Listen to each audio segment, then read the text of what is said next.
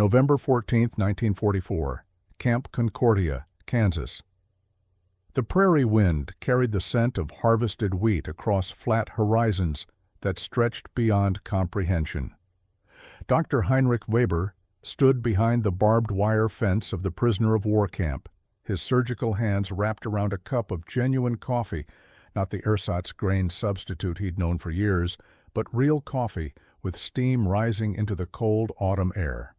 Behind him, in a converted warehouse that served as the camp hospital, shelves held supplies he hadn't seen since before the war: sulfa drugs, morphine, sterile bandages still in their factory packaging, surgical instruments made of quality steel. In the adjacent ward, a German prisoner lay recovering from an emergency appendectomy that Weber himself had performed 3 hours earlier, using anesthesia, proper lighting, and instruments that had been sterilized in an actual autoclave. Weber pressed his thumb against the warm ceramic of the coffee cup, grounding himself in its reality. 6 months ago, he had been treating Wehrmacht soldiers in a field hospital outside Caen, operating by candlelight in a collapsed barn, reusing bandages because supply lines had disintegrated, watching young men die from infections that proper antibiotics could have prevented. He had surrendered to American forces during the Normandy breakout, expecting summary execution or brutal labor camps he'd been warned about in Wehrmacht briefings. Instead, he found himself in the middle of the American heartland, entrusted with medical equipment worth more than he'd seen in 2 years of military service, asked to treat his fellow prisoners with standards that exceeded what he'd been able to provide for German soldiers in the field. The dissonance was so profound that during his first week of captivity, Weber had suspected an elaborate psychological operation, a sophisticated deception designed to extract information or break prisoner morale. No nation could genuinely treat enemy doctors as professional colleagues. No military force could afford to provision prison camp hospitals with supplies that Weber knew were needed on active front lines. No captors would allow a German military officer to practice medicine on fellow prisoners without constant supervision, to make clinical decisions autonomously, to requisition supplies and expect those requisitions to be filled. Yet here he stood, coffee in hand, watching American guards change shifts with mechanical precision, observing a system that functioned with such bureaucratic regularity that it seemed to operate independent of the war's hatred and violence. This moment, replicated across hundreds of prisoner of war camps scattered throughout the continental United States, represented something unprecedented in the history of modern warfare. It marked the intersection of American material abundance, institutional commitment to international law, and a peculiar faith in professional standards that transcended national loyalty. For German military doctors captured during the campaigns of 1943 through 1945, their experience in American captivity would challenge every assumption they held about their enemies, about the nature of warfare, and ultimately about the ideological system they had served. To understand the magnitude of this transformation, one must first comprehend the medical situation these doctors had left behind. By late 1944, the German military medical system was collapsing under cascading failures of supply, personnel, and infrastructure. The Wehrmacht had entered the war with a medical corps trained to high standards, equipped with modern instruments and pharmaceuticals, organized according to efficient triage and evacuation protocols developed from experience in previous conflicts. But the unprecedented scale of World War II, fought simultaneously across multiple continents, stretched these systems beyond their capacity. German military doctors by 1944 operated in conditions of desperate scarcity. Morphine supplies had dwindled to almost nothing, forcing surgeons to operate on conscious patients or use inadequate local anesthetics.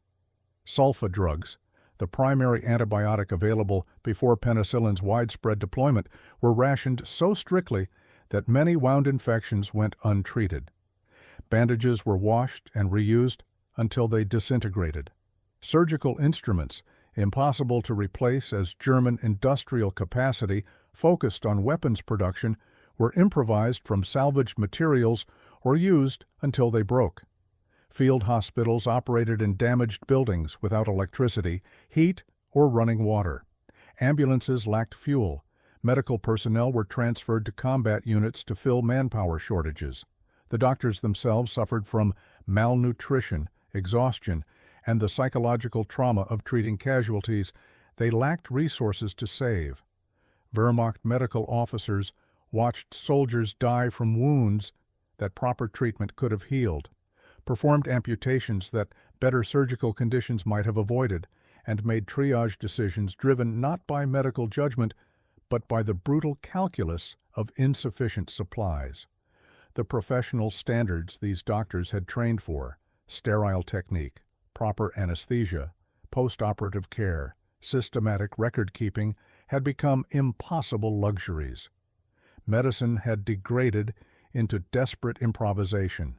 This material collapse was accompanied by ideological pollution of medical practice. The Nazi regime had systematically corrupted German medicine since 1933, purging Jewish physicians, imposing racial ideology on medical education, and demanding that doctors serve the state's eugenic and extermination programs. Military medical officers, even those who avoided direct participation in war crimes, operated within an institutional culture that had abandoned core principles of medical ethics. The Hippocratic commitment to treat all patients regardless of background had been replaced by racial hierarchies, determining who deserved care. Medical resources were allocated according to political and military value rather than clinical need. Doctors served the regime first and patients second. Many German military physicians maintained professional integrity despite this corruption, adhering to medical ethics when circumstances allowed, treating wounded enemy soldiers when they encountered them, and resisting pressure to abandon clinical judgment for ideological conformity. But they did so within a system that had normalized the subordination of medicine to military and political objectives, that treated doctors as functionaries rather than professionals, and that increasingly could not provide the basic resources medical practice required. Into this context of collapse and corruption came capture by American forces. The experience began with shock. German doctors taken prisoner during the Normandy campaign, the breakout from France, the Battle of the Bulge, or the final collapse in Germany, proper expected brutal treatment. Wehrmacht propaganda had spent years describing American soldiers as gangsters and criminals, American society as decadent and weak, American military as incompetent. Yet German soldiers also knew that Americans had material resources Germany could not match, that American bombing campaigns demonstrated industrial capacity and technological sophistication, that American forces were advancing while German forces retreated. These contradictory impressions created uncertainty about what capture would mean. The first medical encounters occurred immediately after capture. American combat medics provided initial treatment to wounded German prisoners, applying the same protocols used for American casualties. They administered morphine for pain, applied proper bandages, used sulfa powder on wounds, and arranged evacuation to aid stations. This was standard procedure required by military medical protocols and by American adherence to Geneva Convention obligations, but it astonished German recipients who had been told Americans would leave enemy wounded to die or would finish them off to avoid the burden of prisoners. Dr. Friedrich Hoffmann, captured during the Battle of the Bulge, later recorded in his memoir that an American medic spent 20 minutes treating his leg wound, carefully cleaning the injury, applying fresh bandages, and giving him a morphine injection before moving him to a collection point for evacuation. The medic worked with efficient competence, never speaking but clearly following established protocols.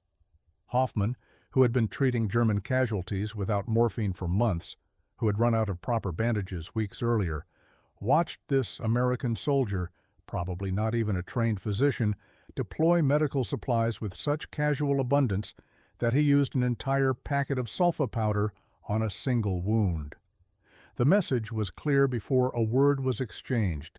American forces operated from a logistical foundation so robust that frontline medics could afford to use supplies liberally, could treat enemy wounded to high standards, and could do so without apparent concern for scarcity. After initial processing at collection points and transit camps, captured German medical personnel faced a crucial sorting process. The American military identified doctors, medics, and other medical staff among prisoners and segregated them for specialized assignment.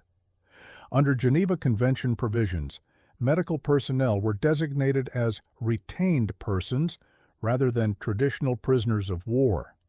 They were to be assigned to medical duties treating their fellow prisoners, granted certain privileges in recognition of their professional status, and theoretically subject to eventual repatriation before other prisoners. This classification process itself differed markedly from German treatment of captured enemy medical personnel. The Wehrmacht had frequently pressed captured Soviet medical personnel into service under coercive conditions, ignored Geneva Convention protections, and treated medical prisoners as general labor resources. The American insistence on proper classification, documentation, and assignment according to international law represented an institutional commitment to procedure that impressed German doctors even during the disorientation of early captivity. Assignment to prison camp hospitals in the United States represented the next revelation. Camps housing German prisoners were scattered across the American interior, Kansas, Oklahoma, Texas, Arizona, and other states far from the coasts and major cities. The locations reflected strategic calculus, remote enough to prevent escape, distant enough from ports to complicate any rescue or sabotage attempts, and situated where prison labor could support agricultural operations. But these remote locations also meant that German prisoners, including medical staff, experienced American society in its heartland rather than its industrial or urban centers. The camps themselves reflected American organizational capacity and resource abundance. Barracks were constructed specifically for prisoner housing, not improvised from existing structures. They included electricity, heating systems, and plumbing, basic infrastructure that many German soldiers hadn't experienced even in Wehrmacht barracks. Camps had mess halls serving regular meals, recreation facilities, chapels, and administrative buildings. Medical facilities within the camps were purpose-built or extensively modified structures equipped to function as actual hospitals. For German doctors assigned to these camp hospitals, the material provisions bordered on surreal. Dr. Weber's experience at Camp Concordia was typical. The hospital had multiple wards segregating patients by condition: surgical cases, medical patients, infectious diseases, convalescent recovery. It had an operating room with proper surgical lighting, sterilization equipment, and anesthesia, apparatus and surgical instruments of quality steel. Supply rooms stocked pharmaceuticals in quantities that German military hospitals in the field hadn't seen since 1942, morphine in standardized dosages, sulfa drugs in bulk, antiseptics, intravenous fluids, vitamins, medications for common infections, and chronic conditions. The American military supplied these hospital facilities through the same logistical networks that provisioned military medical units and civilian hospitals. Supplies arrived on regular schedules, requisitions were filled through standardized procurement systems, and shortages were addressed through substitutions or emergency deliveries. German doctors found themselves operating within a supply system that functioned with mechanical reliability, that treated prison camp hospitals as legitimate medical facilities deserving of proper provisioning, that allocated resources according to medical need rather than political priority. This abundance communicated more about American society than any propaganda could have conveyed. German doctors understood medical supply chains, knew the industrial and agricultural capacity required to produce pharmaceuticals and medical equipment, recognized the organizational sophistication necessary to distribute supplies across continental distances. The casual abundance of American camp hospitals revealed a society with surplus industrial capacity, functioning infrastructure, and institutional commitment to standards even for enemy prisoners. The symbolic power of morphine particularly resonated with German medical personnel. This single pharmaceutical represented the difference between humane and barbaric medicine. Morphine allowed surgery to proceed with patients properly anesthetized, permitted humane pain management for terminal patients, enabled treatment of severe wounds without adding psychological torture to physical injury.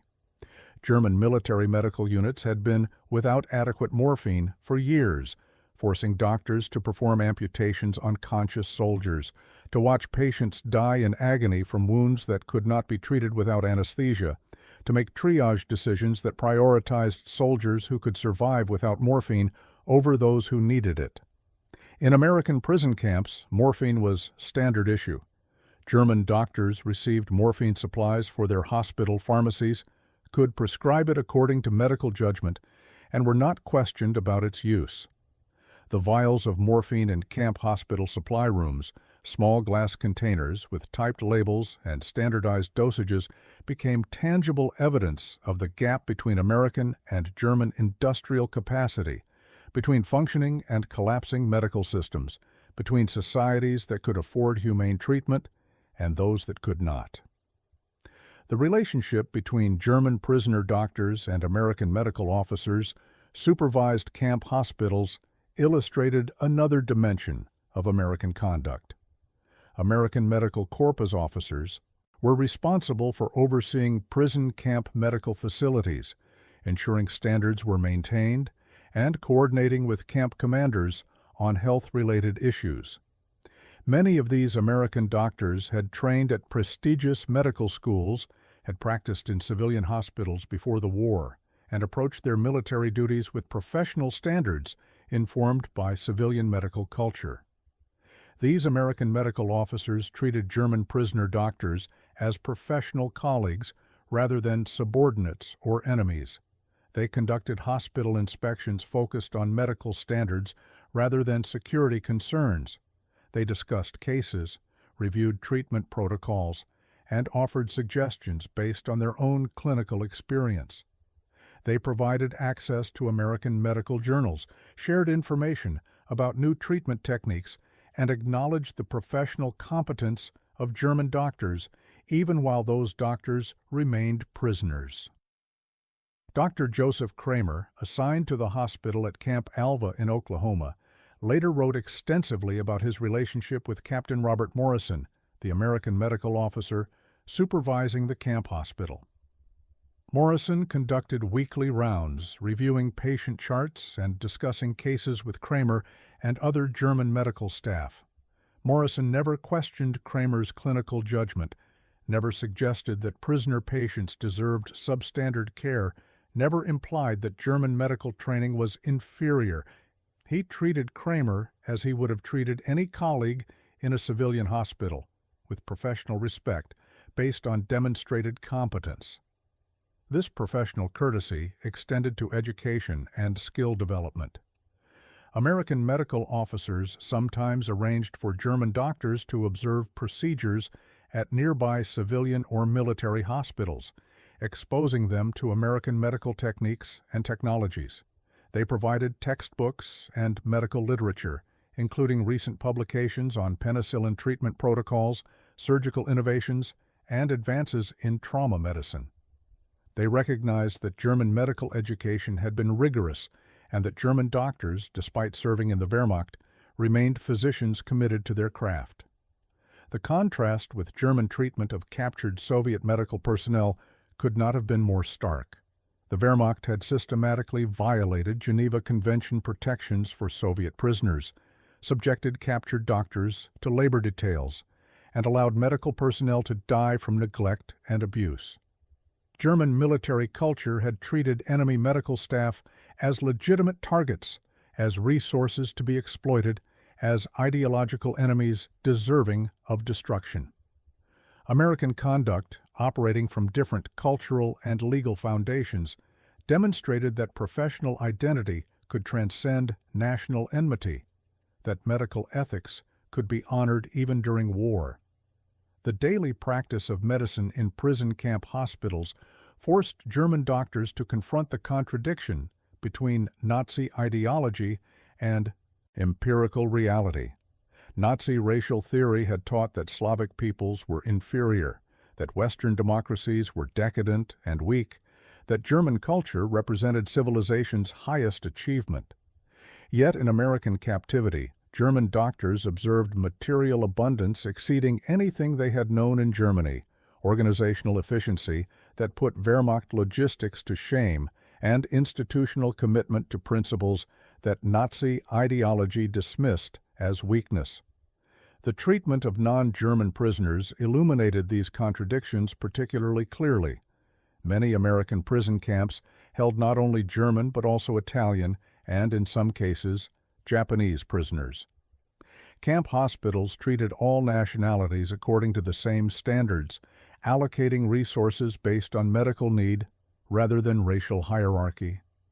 German doctors watched American medical officers treat Italian prisoners, Germany's former allies who had switched sides, without apparent resentment. They saw medical resources distributed without regard to a patient's national origin or military service. This practical universalism challenged Nazi racial ideology more effectively than any political argument could have. German doctors also observed American society through their medical practice. Camp hospitals sometimes treated American guards, camp personnel, or civilian contractors who became ill or injured. German doctors, under American supervision, provided this care. The reversal was profound. German military officers, prisoners of war, treating American citizens and soldiers. The arrangement required American authorities to trust that German doctors would adhere to medical ethics, would treat American patients with professional competence, would not exploit medical access for sabotage or intelligence gathering. This trust, while carefully monitored, communicated American confidence in professional standards' power to override national loyalty. The experience of treating fellow German prisoners carried its own complexities. Prison camp populations included Wehrmacht regulars, Luftwaffe personnel, Kriegsmarine sailors, and members of the Waffen-SS. They included convinced Nazis and disillusioned conscripts, career officers and teenage draftees, men who had committed war crimes and men who had resisted criminal orders. German doctors had to navigate these divisions while maintaining medical neutrality, treating all patients according to clinical need regardless of their political beliefs or military service. This navigation became particularly fraught when dealing with committed Nazis among the prisoner population. Hardcore Nazi prisoners sometimes challenged German doctors who they perceived as collaborating with Americans or abandoning ideological purity. They questioned whether German doctors should accept American supplies, should cooperate with American medical officers, should treat prisoners who had criticized the Nazi regime or expressed satisfaction with capture. German doctors faced pressure to maintain ideological solidarity even as their daily experience contradicted the ideology they were expected to uphold. Many German doctors resolved this tension by retreating into professional identity. They defined themselves as physicians first, and German officers second, as practitioners of medicine rather than servants of ideology.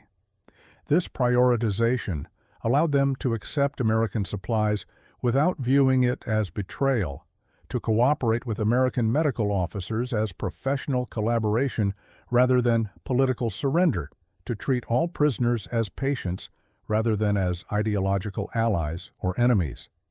The American camp system, by respecting and reinforcing professional medical identity, facilitated this resolution. The surgical theaters in camp hospitals became spaces where professional medicine's universality was most visible. When Dr. Weber performed that appendectomy on November 14, 1944, he operated using techniques he had learned in German medical school, following protocols that transcended national boundaries, applying anatomical knowledge and surgical principles that were identical whether the patient was German or American, Nazi or anti-Nazi. The American surgical instruments he used were manufactured to the same specifications as German instruments. The anesthesia protocols followed international standards. The post-operative care reflected universal medical practice. In that operating room, national identity receded and professional identity dominated. Weber was not a German officer, and his patient was not a Wehrmacht soldier. They were doctor and patient, surgeon and surgical case, medical professional, and person needing care. The American system's provision of proper facilities and supplies enabled this professional relationship to function as it should, uncompromised by scarcity or ideology. The purity of that medical moment, surgeon focused entirely on clinical objectives, supported by adequate resources, operating within proper standards, represented medicine as it was supposed to be practiced, freed from the distortions that war and Nazi ideology had imposed. The provision of medical education within camps extended this professional identity. German doctors organized lectures and study groups, teaching younger medics and sharing clinical knowledge. American authorities permitted and sometimes facilitated these educational activities, providing space and materials. German medical personnel studied English, learned American medical terminology, and prepared for a post-war world where their profession would need to function in different political and cultural contexts. Some German doctors began to recognize during this period that they would need to account for their service in Wehrmacht medical corps, that post-war German medicine would need to be rebuilt on ethical foundations, that their profession had been corrupted by Nazi ideology and would require active reform to restore its integrity.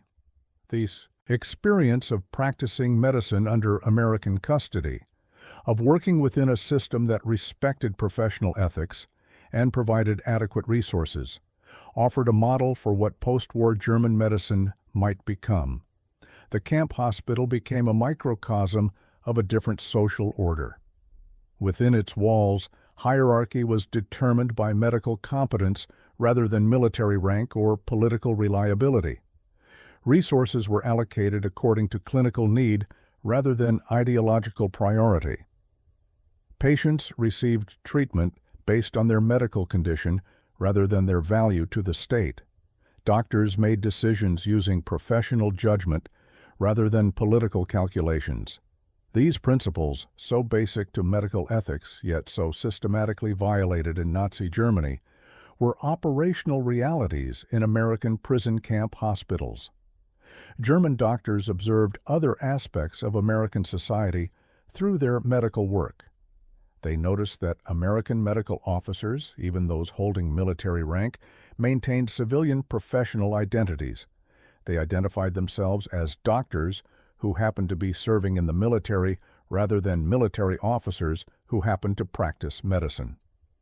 This distinction reflected American civil-military relations and the limited role of military culture in American society, contrasting sharply with German militarism's deep roots. They observed American pragmatism in problem-solving.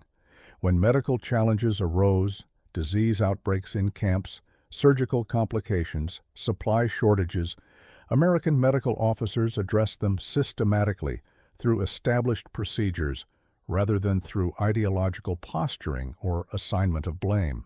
They investigated causes, implemented solutions, and documented outcomes. This bureaucratic approach, sometimes frustrating in its procedural requirements, nevertheless produced consistent results and prevented the kind of arbitrary decision-making that had characterized Nazi administration. They witnessed American diversity, even within the military medical system. American medical officers came from different regions, ethnic backgrounds, and religious traditions. Jewish American doctors supervised German prisoners, some of whom had served in Wehrmacht units that had participated in atrocities against Jews. Catholic and Protestant chaplains ministered to religious prisoners without apparent sectarian conflict. This functional diversity, operating within a shared professional framework, demonstrated that pluralistic society could achieve unity of purpose without demanding ideological or ethnic uniformity. The mail system in prison camps provided another vector of learning. German prisoners, including medical personnel, could send and receive mail subject to censorship. Letters from Germany described conditions at home, cities destroyed by bombing, food shortages approaching starvation levels, infrastructure collapse, military defeat approaching inevitability. German doctors in American camps read these letters while sitting in barracks with electricity and heat, eating meals that exceeded German civilian rations, and practicing medicine with resources that German hospitals no longer possessed. The contrast between their relatively comfortable captivity and their families' desperate circumstances created complex emotional responses: guilt about their own security, anger at the regime that had brought Germany to this state, and recognition that American captivity might actually be safer than freedom in collapsing Germany. News of concentration camps' liberation and the Holocaust's revelation reached prison camps in 1945. German prisoners, including medical personnel, confronted evidence of crimes committed in their nation's name. The response varied. Some refused to believe the reports, dismissing them as propaganda. Others had suspected or known about atrocities, but had avoided direct confrontation with their implications.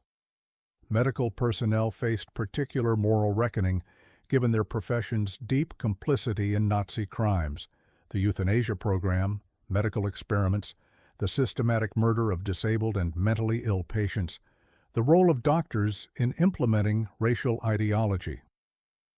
American authorities required German prisoners to view documentary footage and photographs of liberated concentration camps. These forced viewings were psychologically brutal, but strategically calculated. American military leadership believed that German prisoners needed to confront the reality of Nazi crimes, that exposure to evidence might break through ideological denial and propaganda's effects. For German doctors, viewing this evidence was especially shattering. They recognized medical facilities in the photographs, understood the systematic nature of the killing, and had to confront medicine's perversion into an instrument of genocide. Dr. Hoffman later wrote about watching footage from Bergen-Belsen liberation, seeing the emaciated corpses, the survivors barely alive, the British medical teams overwhelmed by the scale of suffering. He recognized in those images the complete antithesis of everything medicine should represent. Doctors had participated in creating that hell, had used medical knowledge to kill more efficiently, had abandoned every principle of their profession. The contrast with his current situation, practicing medicine in an American camp hospital where professional ethics were respected and resources were adequate, forced devastating self-examination. He had served the same regime that had produced Bergen-Belsen, had worn the same uniform, had taken the same oath. The distance between his relatively humane medical practice in Wehrmacht field hospitals and the systematic murder in concentration camps suddenly seemed smaller than he had wanted to believe. The revelation of Nazi crimes accelerated the ideological transformation many German doctors were experiencing. It became impossible to maintain that Nazi ideology was compatible with medical ethics, that German military service had been honorable despite the regime it served, that professional identity could remain separate from political responsibility. German doctors in American captivity had to confront their complicity, even if their individual conduct had been ethical, even if they had resisted criminal orders when possible. They had served a criminal regime, had provided medical support for a military fighting to defend that regime, and bore responsibility for enabling its continuation. American medical officers handled this period with a mixture of moral clarity and professional distance. They did not exempt German doctors from moral accountability, made clear that Nazi crimes represented unprecedented evil, but continued to work with German medical personnel on professional terms. The message was subtle but significant. German doctors bore collective responsibility for their regime's crimes, but individual Germans could redeem themselves through future conduct. Professional competence remained valuable even when the cause it had served was evil, and Reconstruction required working with Germans who were willing to acknowledge truth and commit to different principles. As the war in Europe ended in May 1945, the status of German prisoners entered a new phase. They would not be immediately repatriated. Germany needed to be occupied, its population fed, its infrastructure rebuilt. German prisoners in American custody represented a labor force, a security concern, and eventually a population that would return to rebuild their devastated nation. Medical personnel faced particular importance in this planning. German doctors would be needed to address public health crises in occupied Germany, to staff hospitals and clinics, to combat disease outbreaks, and treat the massive civilian casualties that the war had created. American authorities began vetting German prisoners for post-war service. Medical personnel were interviewed, their backgrounds investigated, their political beliefs assessed. Those without significant Nazi Party involvement, without evidence of war crimes, and with demonstrated professional competence were identified as candidates for early repatriation and assignment to medical duties in occupied Germany. This vetting process communicated that actions mattered more than nationality, that professional competence was valuable regardless of past political affiliations, that Reconstruction would require Germans themselves to participate. German doctors in American camps increasingly saw their captivity as preparation for a different future. They studied American medical practices, learned new techniques, absorbed lessons about how medical systems could function when properly resourced and ethically oriented. Some explicitly framed their American captivity as re-education, as learning what German society needed to become if it was to escape its totalitarian past. This learning wasn't imposed through formal indoctrination, but emerged organically from daily experience of functional institutions, adequate resources, and respect for professional standards. The repatriation process, beginning in 1946 and extending through 1947, brought German prisoners back to a nation transformed beyond recognition. German cities lay in ruins, the economy had collapsed, millions were homeless and starving, and the country was divided under occupation. German doctors returning from American captivity brought with them more than medical skills. They brought experience of functioning institutional systems, of professional practices respected and resourced, of societies organized around different principles than those that had led Germany to catastrophe. Many repatriated German doctors played significant roles in rebuilding German medicine. They staffed hospitals in the occupation zones, worked with American military government medical officers, and helped establish new medical institutions committed to ethical practice. They trained new generations of German medical students, incorporating lessons learned about professional ethics, medical practice standards, and the relationship between medicine and political power. They participated in the painful process of examining German medicine's complicity in Nazi crimes and establishing safeguards against future corruption. The long-term impact of American treatment of German prisoner doctors extended beyond individual transformations. It demonstrated that international humanitarian law could be honored even during total war, that professional standards could transcend national enmity, that former enemies could recognize shared values even across ideological divides. These lessons informed post-war Reconstruction, shaped the relationship between the United States and West Germany, and contributed to the remarkable rapidity with which former enemies became Cold War allies. The morphine that Dr. Weber had administered so freely in American camp hospitals became, in this larger context, more than just a pharmaceutical. It symbolized a society with resources to spare, institutions committed to humane standards, and faith that professional practices could civilize even the brutal realities of war. That morphine, manufactured in American pharmaceutical plants, distributed through American military logistics, administered by German doctors, treating German prisoners under American supervision, it embodied the complex intersection of material abundance, institutional procedure, and ethical commitment that characterized American conduct of the war. For German doctors who experienced this treatment, the transformation was irreversible. They had seen behind the propaganda's veil, had experienced daily life in a society organized according to different principles, had practiced medicine in conditions that revealed what their profession could be when freed from ideological corruption and material collapse. They could not unknow what they had learned, could not return to believing that Nazi ideology represented civilization's highest achievement, could not accept that the Germany they had known should be restored rather than fundamentally transformed. As the last of these doctors aged into their final years, many recorded testimonies preserving their experiences.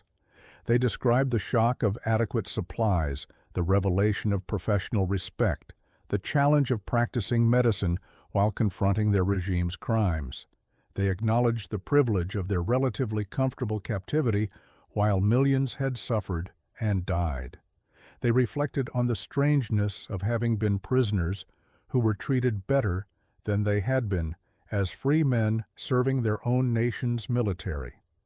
They grappled with the moral complexity of feeling gratitude toward enemies who had defeated their nation, provided their redemption, and modeled a different future. Their testimonies preserve not just historical facts, but something more essential, the psychological experience of having one's worldview shattered and rebuilt, of discovering that enemies could be more humane than countrymen, of learning that abundance and ethics could coexist rather than representing weakness and strength. These are lessons that transcend their particular historical moment, that speak to the enduring human capacity for moral learning even after complicity in great evil. The American treatment of German prisoner doctors represents one of World War II's quieter victories, not won on battlefields but in hospital wards, not achieved through violence but through provision of morphine and surgical supplies, not imposed through coercion but emerging from daily experience of different institutional practices. It demonstrated that soft power can be more transformative than hard power, that humane treatment of enemies can serve strategic objectives more effectively than brutality, that democratic societies possess advantages extending far beyond military capacity.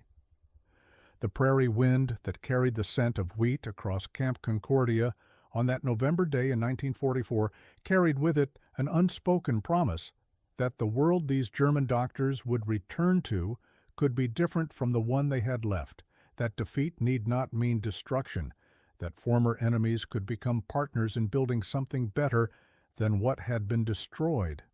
That promise, delivered through morphine vials and surgical instruments, through professional respect and adequate supplies, proved more durable than the ideologies that had sent nations to war. It endures in the democratic institutions of modern Germany, in the transatlantic alliance, and in the memory of those who learned, in the unlikeliest of classrooms, that humanity could survive even total war, that professional ethics could transcend national hatred, and that abundance freely shared could heal wounds that weapons had made.